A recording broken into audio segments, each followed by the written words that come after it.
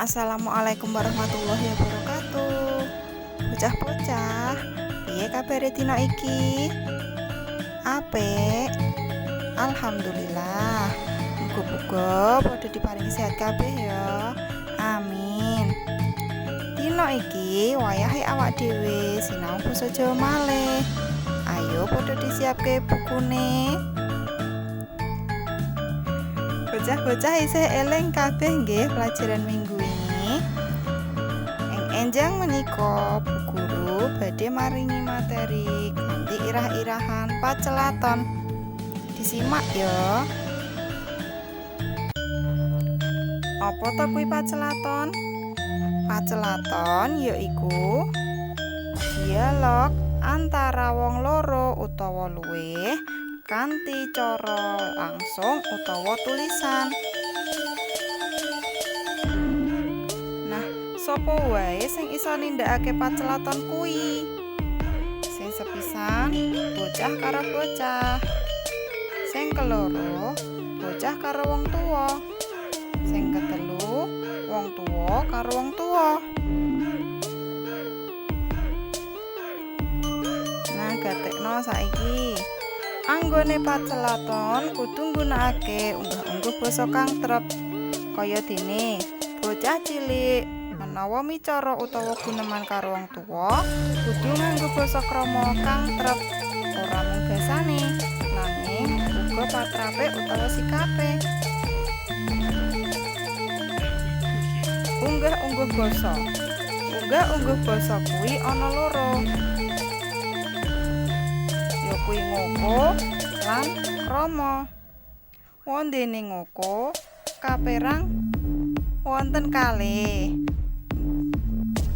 Sing sepisan ngoko lugu lan sing keloro ngoko alus. Wondene krama kabagi ana loro. Sing sepisan krama lugu lan sing keloro krama alus.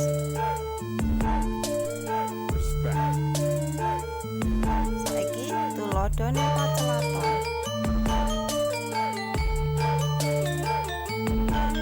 Bocah-bocah, buka buku paketmu ana ing kaca 45 sampai 46 nggih.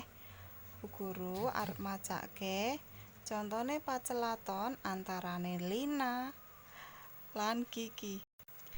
Ki, apa kowe duwe kegiatan padinan? Duwe Nin, saben dina aku ngewangi ibuku. Apa wae sing kok tindakake? Saben esuk aku nyapu jogan, yen awan aku ngentasi memean. Apa tugasmu Ki? Aku nyirami tanduran. Sabubare nyirami tanduran, aku nggodhog banyu.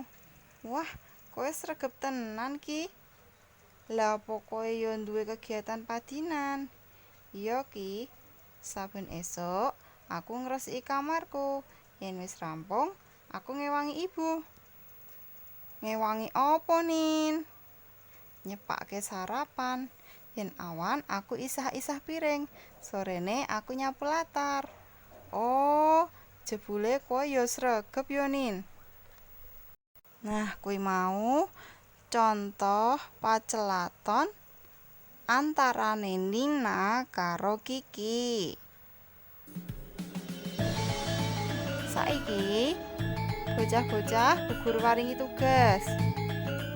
Ya kuwi nggarap soal ing isor iki. Soal digarap ana ing buku tulis padha biasane nggih.